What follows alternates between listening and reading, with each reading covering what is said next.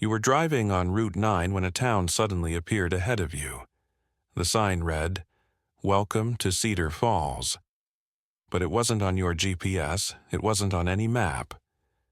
And the most terrifying part? People on the street started running toward you, all of them screaming, "Take us with you.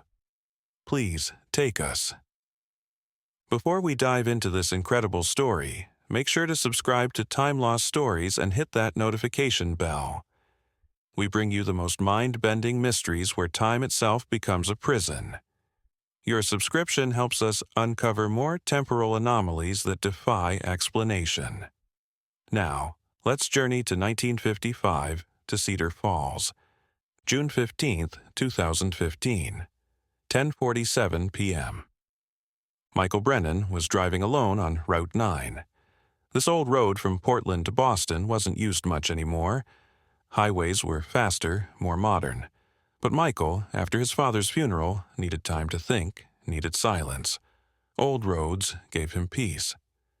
The car radio crackled with static. The GPS screen suddenly went dark, then turned back on, but the map had disappeared. The no signal warning blinked on and off. "Great," Michael muttered. "Just perfect timing." The headlights illuminated the empty road, trees on both sides. It was approaching 11 p.m., 4 hours since leaving Portland, but still 2 hours to Boston. Then he saw it, a road sign on the right side. Old, rusted, but the writing was readable. Cedar Falls, 2 miles. Michael frowned. He didn't know there was a town nearby, maybe a gas station. He could get coffee, rest a bit. 2 miles later, the road suddenly opened, and a town appeared before him. But this was impossible. A minute ago, there was only forest. Open land, trees, nothing. Now, as if a curtain had been pulled back, a town stood directly in front of him. The Main Street sign glowed under a street lamp. Buildings in 1950s architecture. Art Deco diner, classic cinema building, old-fashioned storefront shops. Everything was in perfect condition, but strangely silent. And then he saw the people. On the street, at least 50 people. All of them looking at him, motionless, frozen. Michael slowed the vehicle, then stopped. His heart began racing. The people wore 1950s clothing, women in long skirts and hats, men in suits and fedoras. All turned toward him, strange mixtures on their faces. Hope, desperation, fear. Then, all at once, they moved. They started running toward the car. "Please," shouted an elderly man, "take us." "Time is running out," screamed a young woman. "For God's sake, don't leave us here." Michael panicked and threw the car into reverse. The vehicle shot backward. The people ran faster, hands reaching out, faces twisted with desperation. A man grabbed onto the car's hood, his face pressed against the window. "Please, we've been here since 1955. We can get out once every 20 years, only 3 minutes. Please, take us." Michael screamed and jerked the wheel. The car spun around, tires squealing. The man fell. Michael hit the gas and sped away from the town. In the rearview mirror, he watched the town. People were still running, waving their hands, shouting. And then, as if it had never existed, the town vanished. 1 second it was there, the next second only empty road and forest. Lights, buildings, people, all gone. Michael hit the brakes. The car stopped in the middle of the road. He was trembling, drenched in sweat, his heart pounding as if it would burst from his chest. What's happening?" he whispered. He turned back, looked at the road leading to the town, but there was nothing there, only trees and darkness. He checked his GPS, still said, "No signal." He pulled out his phone, battery full but no signal. What did he have? Madness? Hallucination? Exhaustion? Shock from his father's death? But no, that man had touched the car's hood. Michael had felt the man's fingers sliding across the metal. This was real. Whatever it was real. Michael, trying to control his trembling, started driving again. He needed to get to Boston. He needed to get away from there. But in his mind, the man's words echoed. We've been here since 1955. We can get out once every 20 years. Only 3 minutes. June 16th, 2015. Morning. Michael couldn't sleep in his Boston hotel. Every time he closed his eyes, he saw those faces. Desperate, pleading, terrified faces. When morning came, he opened his laptop and began researching Cedar Falls. The first results showed nothing. There was no town called Cedar Falls in Massachusetts, at least not in official records. But digging deeper, he found a forum post, an old website about paranormal events from 2005. Title: Cedar Falls, Ghost Town or Temporal Anomaly. The post read, in 1955, the town of Cedar Falls in Massachusetts disappeared from maps. About 3,000 people lived there. In one day, the entire town became inaccessible. The road was still there, but no one could reach the town. As if the town had been erased from reality. Official explanation: the town was evacuated and quarantined due to a gas leak. But there are no evacuation records, no refugee camp documents. 3,000 people vanished into thin air. And then the theories began. Some said UFO abduction. Some said government experiment. But the strangest theory was this: Cedar Falls is still there. Just in a different timeline. And every 20 years, for a few minutes, it overlaps with our reality. Michael stared at the screen. 1955, 1975, 1995, 2015. Today was 2015, and Michael had seen the town last night. He researched more, found old newspaper archives. There were a few articles about Cedar Falls from 1955. Cedar Falls inaccessible, mysterious gas leak claims. 3,000 people missing. Government investigation launched. Cedar Falls case closed. Official statement: mass evacuation. But there were no photographs, no interviews, only brief, vague articles, as if someone had tried to cover up the subject. He found a phone number. Below the forum post, user TimeWatcher1975 had left a note. If you have any information about Cedar Falls, contact me. Michael called the number. After 3 rings, an elderly woman's voice answered. Yes? Hello, I'm looking for something about Cedar Falls. I found this number on a forum. There was a long silence. Then the woman took a deep breath. Did you see the town? Michael's heart stopped. You know? Cedar Falls appears every 20 years.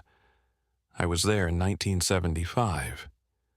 I almost got trapped inside. My name is Dorothy Keene, and you need to talk to me. 2 hours later, Michael was at a small house outside Boston. Dorothy Keene was in her 80s, gray-haired, but her eyes were sharp and alert. In 1975, I was driving on Route 9 just like you, Dorothy said, serving tea.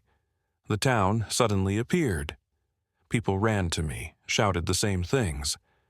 Take us. Time is running out. What did you do?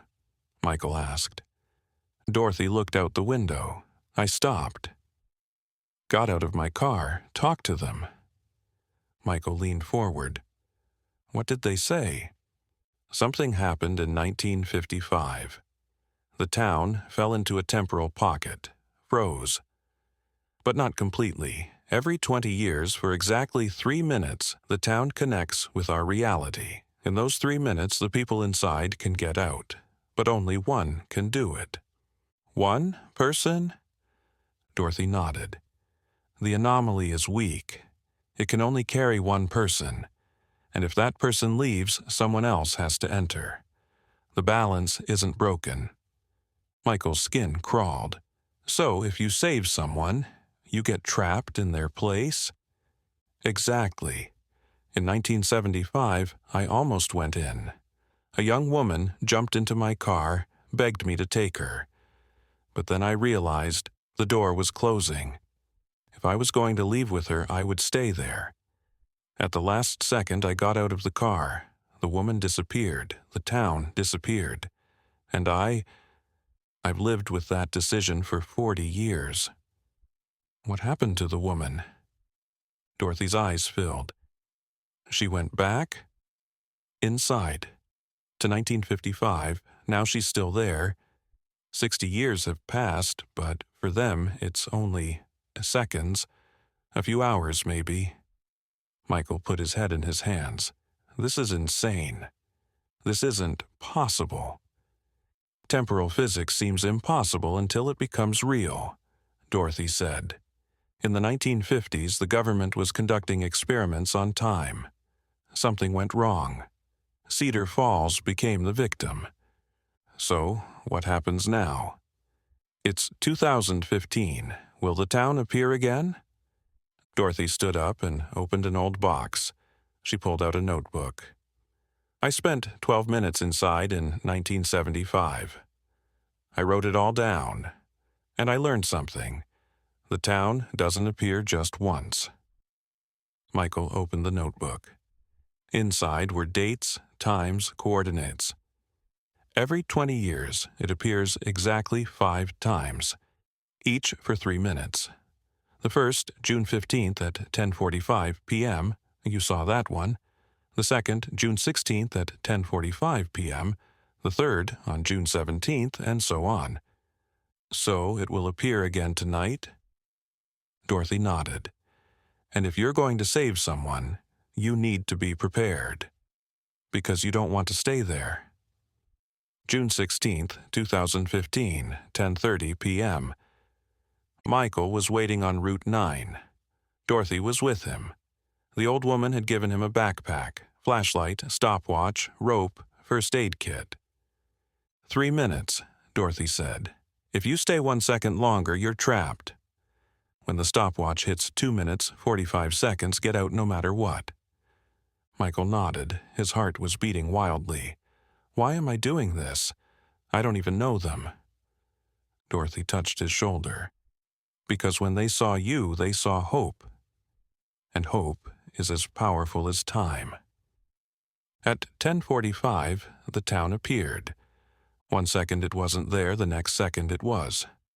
Lights turned on, buildings emerged, streets materialized, and the people everywhere waiting. Michael got out of the car, started the stopwatch. 3 minutes, he reminded himself. People started running toward him. But this time, Michael didn't flee. He raised his hands. Listen, he shouted.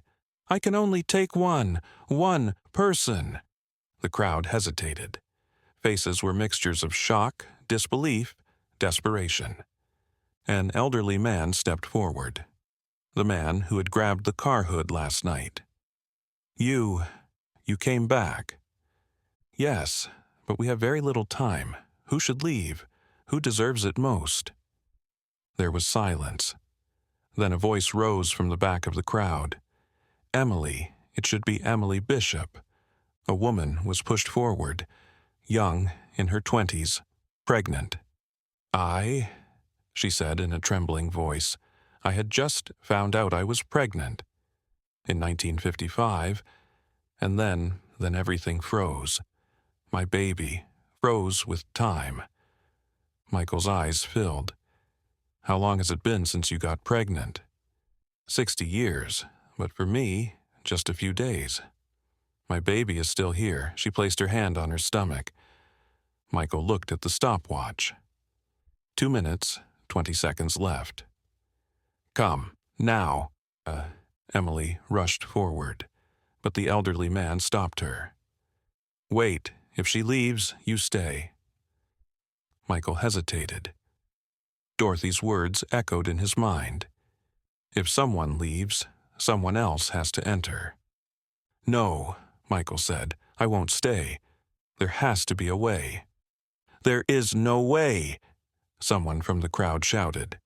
"Balance must be maintained," Michael thought. 1 minute, 50 seconds. His brain was working frantically. Then an idea came. "Dorothy! Get in the car!" Dorothy shouted through the window. "What?" "Get in the car! Quick!" As Dorothy got in the car, Michael turned to Emily. "You come too. We'll both get out. But balance is 2 people in, 2 people out. Dorothy goes in, you go out." 1 minute, 30 seconds. Michael grabbed Emily's hand and ran to the car. Dorothy was in the driver's seat, had started the engine. "Dorothy!" Michael shouted. "Forgive me." "What?" Michael got out of the car and shut the door. Emily was in the back seat. "No!" Emily screamed. "What are you doing?" "Go!" Michael shouted to Dorothy. "Go now!" Tears streamed from Dorothy's eyes, but she hit the gas. The car shot forward. Michael ran after them. "Emily, take care of your baby."